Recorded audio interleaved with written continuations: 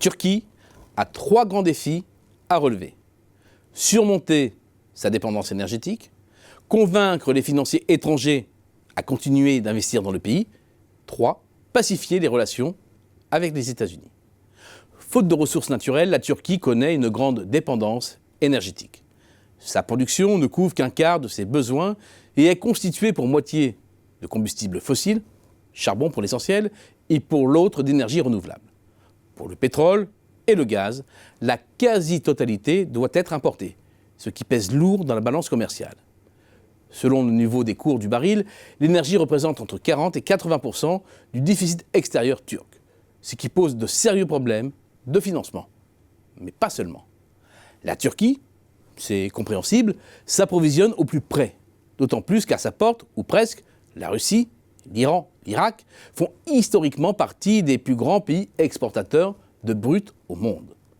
La photo de 2015 de la structure des approvisionnements donne une représentation assez fidèle de la composition naturelle des importations turques de pétrole.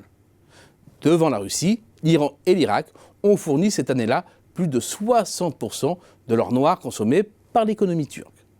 Mais ce sont 2 pays sous tension, avec de surcroît un pétrole iranien dorénavant totalement placé sous embargo américain. C'est une sérieuse contrainte pour la Turquie. Car si les alternatives existent avec l'Arabie Saoudite ou la Russie, cela va peser sur l'inflation et les comptes du pays. Plus lourd que le brut iranien ou irakien, le brut de l'Arabie Saoudite est moins adapté aux raffineries turques, ce qui entraîne un surcoût. Quant au pétrole russe, il coûte beaucoup plus cher que celui du voisin iranien. Deuxième défi à relever, continuer de séduire les investisseurs étrangers. La croissance turque, comme celle de beaucoup de pays émergents, repose sur l'afflux de capitaux. Les investissements directs étrangers ont explosé à partir de 2002 pour représenter plus de 20 milliards de dollars, avant la grande récession, et sont au cœur du décollage de l'industrie manufacturière avec des points forts dans le textile, l'électroménager ou l'automobile. Avec ce bémol, c'est la partie à faible valeur ajoutée, généralement l'assemblage, qui est localisée en Turquie.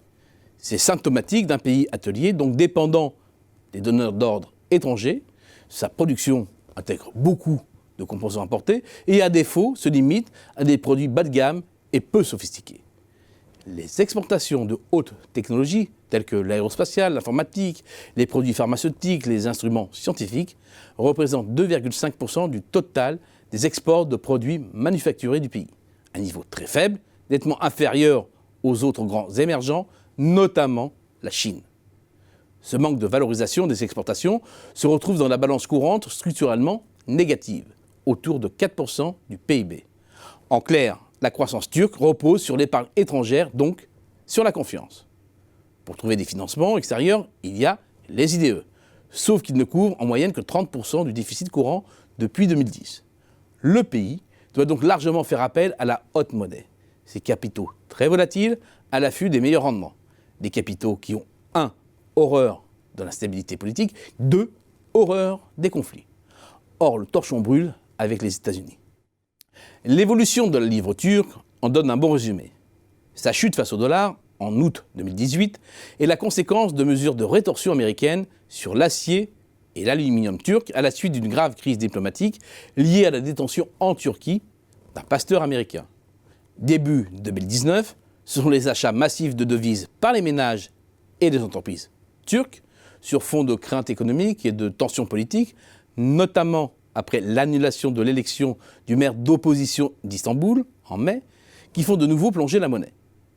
Depuis janvier 2018, la livre a cédé 34% de sa valeur, avec comme conséquence une hausse de l'inflation importée, une défiance des investisseurs, la fragilisation des entreprises, nombreuses à s'être endettées en dollars, et l'engloutissement des réserves officielles de change d'une banque centrale qui cherche en vain à contenir la chute de sa monnaie.